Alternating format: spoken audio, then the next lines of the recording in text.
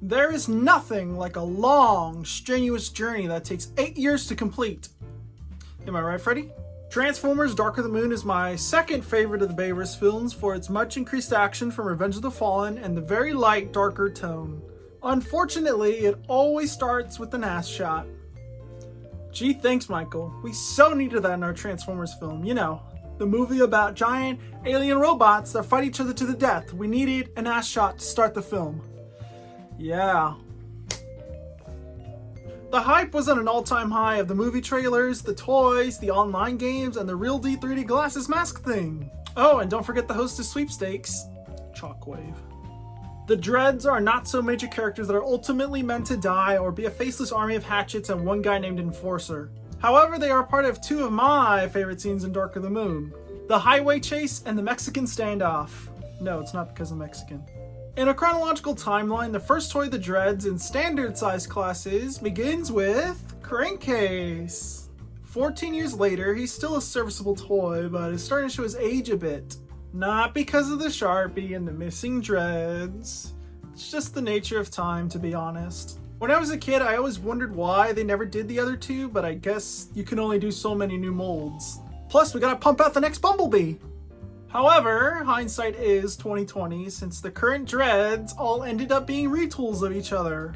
Anyways, on to the movie that ruined everything. The first wave of the Last Night toy line gave us the surprise of a figure in Berserker that ended up being a second attempt at Crankcase due to the laziness of reusing robot designs in the film. Berserker is one of my favorites in an already fantastic toy line.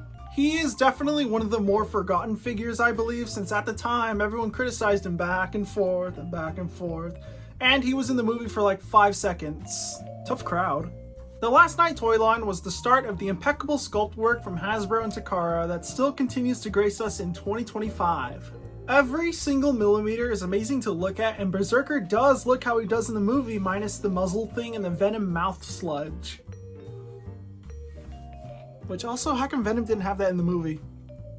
Like, in all three of them, you could have had the green mouth sludge. I mean, I'm not complaining, I don't give a shit, but I mean, at least it's just something to think about, I guess.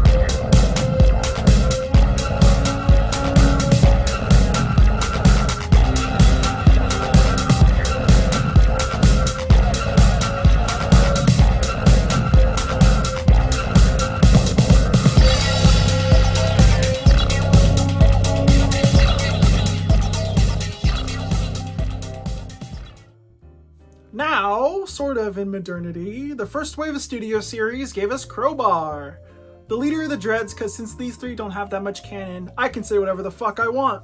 Anyways, this figure is as good as Berserker, but just doesn't have that same lighting in a bottle, and I can't quite put my finger on it. It's looseness. The robot mode is also sculpted great too. The said Dreads on Crowbar are very nice with wires growing out of his back that differentiates him from Berserkers whose dreads are pretty standard fare. Or like the Predator. I can't do the sound. I wish I could do the sound. I know the wire should be over his backpack, but they look so much cooler feeding through and sticking out of the bottom. Actually, now that I think about it, I think that's how he's packaged in the box when you first open it, but I don't remember. That was a long time ago, 2018. I don't know what else to say that isn't just repeating myself, so let's move on. About a year later, we got Crankcase in Studio Series, and you would think, oh, it's a repaint of Berserker, right? Right? It was a repaint of Crowbar to, I guess, get their money's worth of the Crowbar mold. Talk about an easy skip, but just so confusing because, like, there's no way they would have destroyed the mold for this guy, especially when they reused all this shit for Crowbar. Also, both Berserker and Crowbar both come with their spike bombs from Dark of the Moon that you can have them hold or hang out on their backs thanks to these hooks. I couldn't tell you who's whose because they're the same mold and also the same color. I'll tell you what's the scariest thing. It's walking in public with the fucking Apple Pencil.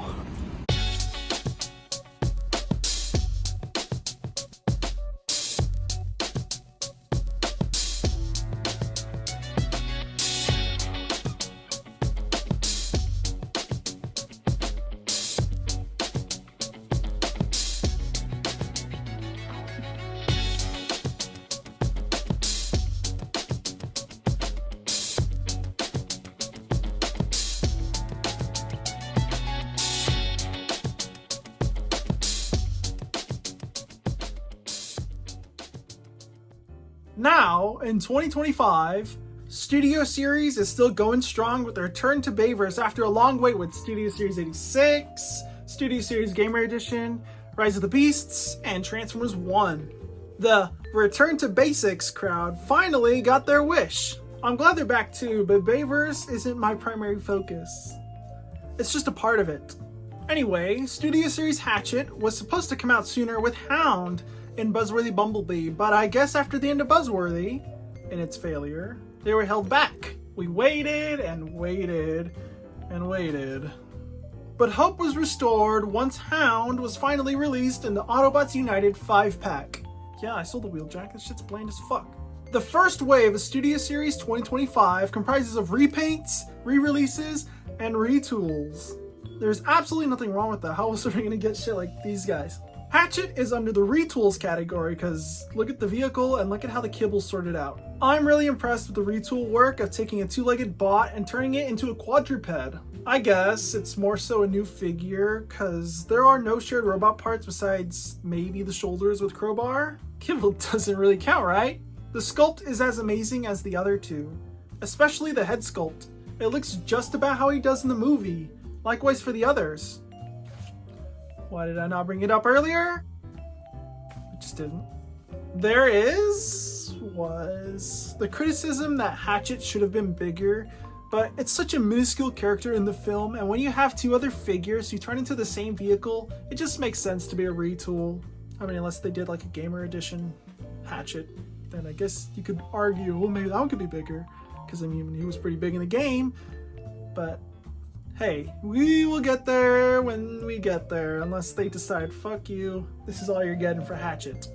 Okay, so let's do the articulation for the dreads. And let's start with the one that's a bit more creative, I suppose. That's not basic. Well, it's still basic, but he's four-legged. So, the head's on a swivel.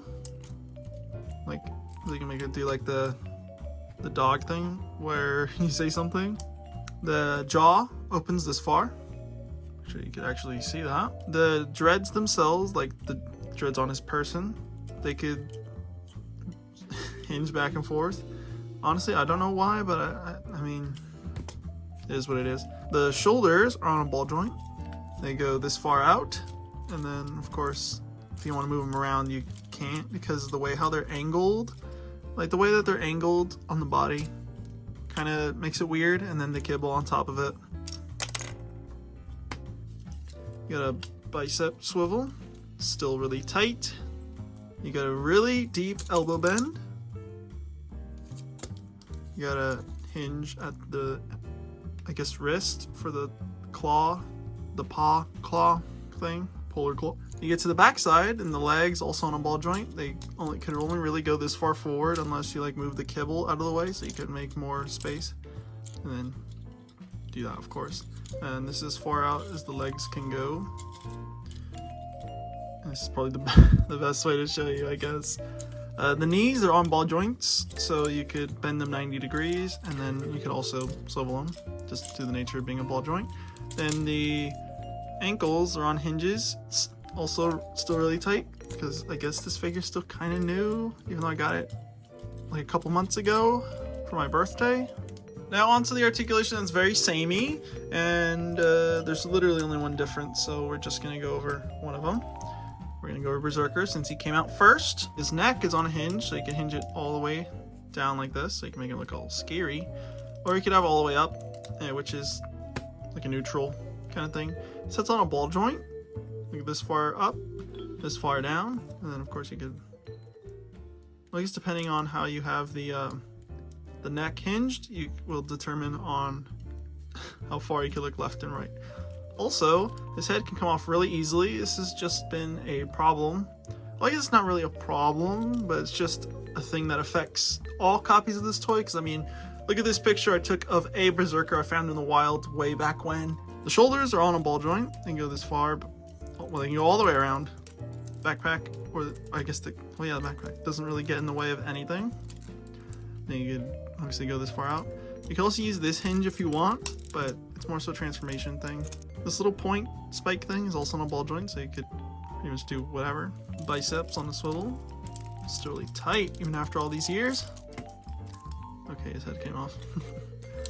90 degrees at the elbow. The wrists, there's nothing technically, but I mean, you could do that if you want, but it's weird. Go to the waist. He has no waist swivel just due to how he transforms, but he does have an ab crunch, which is weird in my opinion. I think ab crunches on Transformers is just weird to me since they don't do it that often. I don't know, it's just how it is for me, to be honest. Then you go to the hips. They're on ball joints, so they can go this far out, this far forward, and this far back due to the kibble. But I mean, no, you can't really manipulate the kibble where then everything else will start to get in the way. You got, I guess, a 90-degree bend at the knee, because I mean, straight line when you bend it, or straighten it out, and then when you bend it, it's 90. Then this little section is on a hinge also, but that looks weird. So what's the big difference between him and Crowbar? His ankles can actually move. So that's it. Everything else is the same, except lack of easily removable head, which is pretty neat. So he's really dusty, god damn. Alright, so let's transform these three, and just like the articulation, the transformation for these two are very similar, so I guess I'll just point out the differences when applicable. So let's get everybody off to the side and transform Berserker, because yeah. So before we get started on the transformation for Berserker, I want to point out that he's probably one of my favorite transformations to do, just due to how satisfying it is to do, which only really applies to Berserker and not Crowbar, who shares the same transformation, because it's just like a nice, satisfying nature to Berserker compared to Crowbar. And I'll give you a hint, it's those damn wires and the fact that this guy's looser.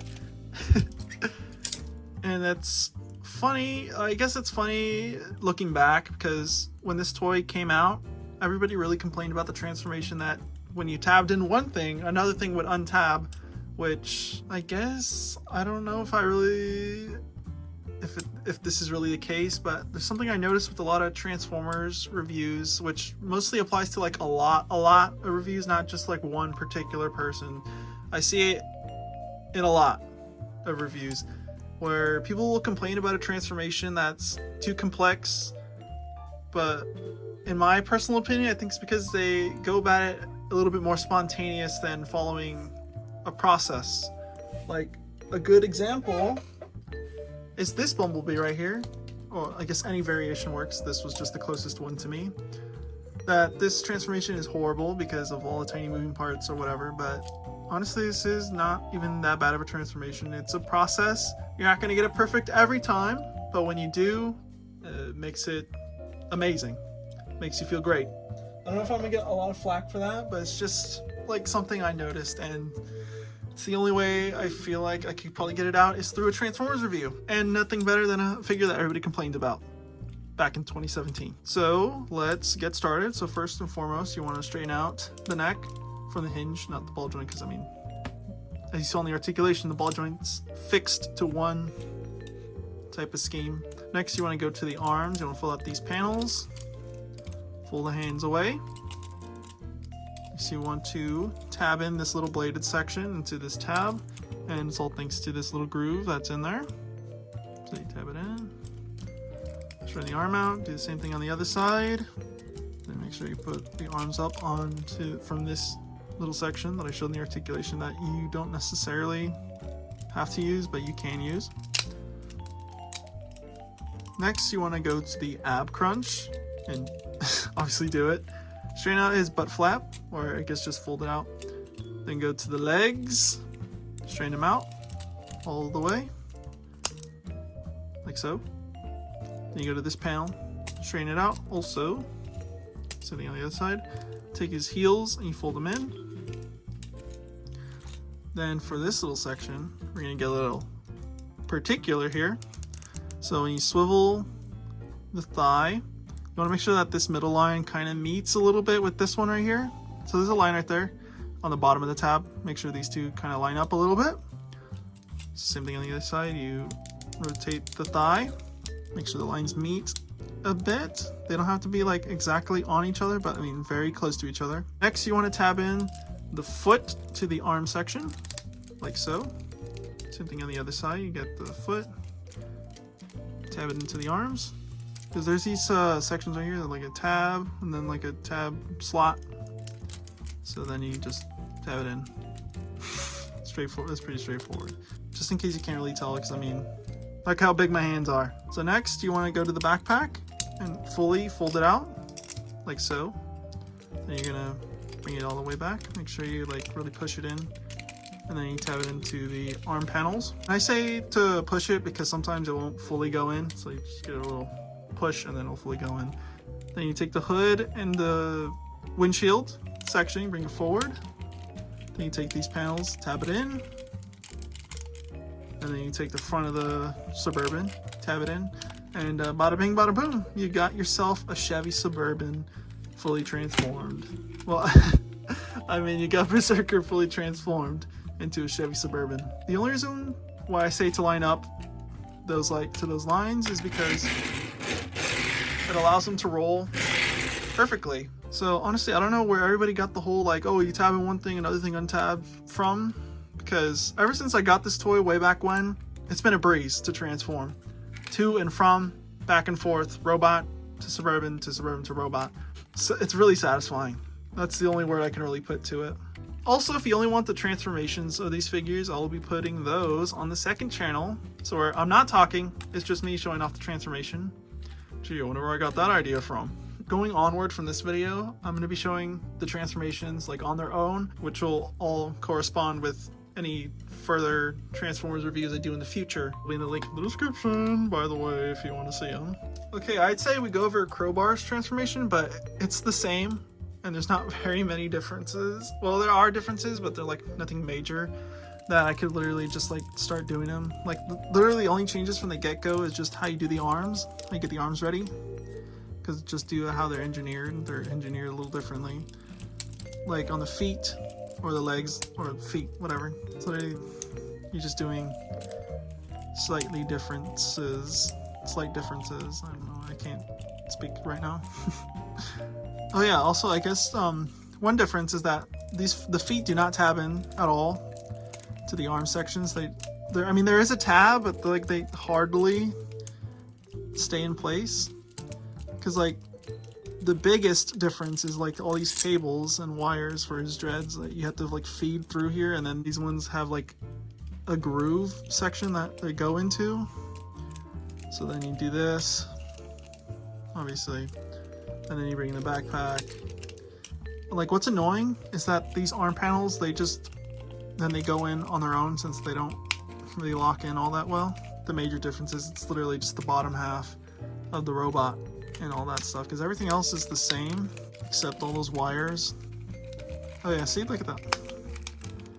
Yeah, the only real complaint I have with Crowbar is that he's a lot looser than Berserker, but I mean, the transformation's still possible, obviously, because I mean, I just did it in front of you. I don't like how these panels are so loose when you're trying to bring in this whole entire back section in, because then you push in, and you gotta try to realign everything. And the fact that the feet don't really tab into the arms, that you just gotta hope and pray that they stay. And the wires, then you gotta hold the wires while you're bringing in the back section. Which, I mean, ever since getting him, it's not that much of a hassle as it first was. When I first got this figure, it's still the same thing as Berserker. The only, like, even how everything ends up is the same. But, I mean, I guess that's the nature of them being very, very similar toys. Last but not least, let's do Hatchet's transformation, because it's very similar, but it's also vastly different all at the same time. I also want to point out that this is actually the correct orientation of the backpack, but obviously that looks like shit, so that's why I have it draping onwards into the tail. Speaking of the tail, you have to remove it to transform, and I think it comes off too easily, to be honest. But I mean, I haven't run into any issues, so I mean. Also, if you want, oh my god, you can also have him hold it if you want, because these little sections in his hands or paws or claws are 5mm compatible, so you can give him a gun if you want. But it's fucking Hatchet. He's gonna be running around. He doesn't need to be holding a gun. The next thing you want to do is straighten the arms out, like you would onto the other ones, except obviously like this. Fold in the claws forward. Use the bicep swivel to rotate them into a very familiar position. Also, I think it would probably help if you maybe bend the elbows a little bit inwards, just because once you get going in the transformation, because everything has to be like at a weird angle. So everything has to be like angled like this, where this is like diagonal, like the main torso has to be like diagonal. It's just something I noticed when I transformed this the other day, or a couple days ago. So next up, you want to straighten the legs out. Pull out these panels, straighten them out like you would on the others. Then you want to straighten out the feet, just like Berserker. And then on the knees, swivel them. Then you want to bring these forward, or back, I guess, and you want to tab them in like so. So like these tabs right here, we're going to tab into right there. Actually, hold on, before we do that, before we do the other leg, I completely forgot. But we have to incorporate the tail. So you gotta, there's these little tab sections in the dreads themselves, like right there on that side, and then the other one on that side, and there's like two tabs onto the on the tail. So you want to tab it in onto one side and on the other. However, the tabs are too loose, so they will fall off. The tail will fall out very easily, unfortunately. Just like that. Just like that. You just look at it wrong and it will fall out. This is probably the biggest downside to fucking transforming this. Actually, speaking of another fucking downside, these panels come off too easily. Like you saw in the articulation, it was pretty bad. Well, it wasn't that bad. It just fell off and you just reattach it. But once you're transforming it, it's the fucking worst. This is the worst thing about this toy. The tail and the back panels coming off. If there's a transformation everyone should be getting mad at, it's this one. Not Berserker. Okay, anyways, resume where we were. Tapping the foot. So now we're onto the backpack. Same thing as the other two. Straighten it out. Bring it into the back here. Pretty much same old as the other two. Yeah, that's pretty much it. For Hatchet, he's the worst of the three, transforming wise. I should probably glue in these panels, to be honest, because they come off too easily. So, talk about a downward spiral, am I right? From like very satisfying figure to slightly meh to like seek help. Other than that, that's pretty much the transformation for the three dreads. They're very similar, obviously, because they have shared parts but they have their minor differences, or major differences in the case of Hatchet. All three bots are the same vehicle as in the film. Looking at them, you can barely tell who's who unless you're really paying attention. I got nothing else to say, to be honest. It's a Chevy Suburban. You see these all the fucking time. The accessories can go underneath the vehicle mode except Crowbar. You get the weapons hanging off the vehicle for you. Well, that's the Studio Series Dreads. I'm glad to finally have the full group of these creeps with the same alternate mode just like the movie. This video would have been done sooner if Hatchet wasn't held back, but hey, that's life. All that matters is that we got him now. Maybe someday they'll do a proper crankcase, but Berserker fits in just fine, so I'm in no rush to switch it out. Also, we're still not done with the dreads, they gotta do Dreadbot! And I just met my obscure character quota of the day. And on a nobody too. Damn. Well, I'll see you in the next video, whatever and whenever it may be, because as I've been saying constantly, making videos is an interesting hobby, especially once you do it every now and then, because, oh, I don't know, it's almost like you got so many other things going on in your life. Like, oh, I work, oh, I want to relax from working my ass off, oh, new toys, oh, I gotta write down the next video, you know what I'm saying? Well, if it makes you feel any better, I got the next video written out. Also, another thing I really wanted to bring up in the video, but I couldn't think of where, so I guess now was a good time. Also, it only really works if you've seen Downtown, but don't you think it's a little ironic for me to wear a shirt like this while talking about toys? You know, toys that, if you get toys, you're considered like a geek or whatever. Don't you think it's a little ironic? Don't you?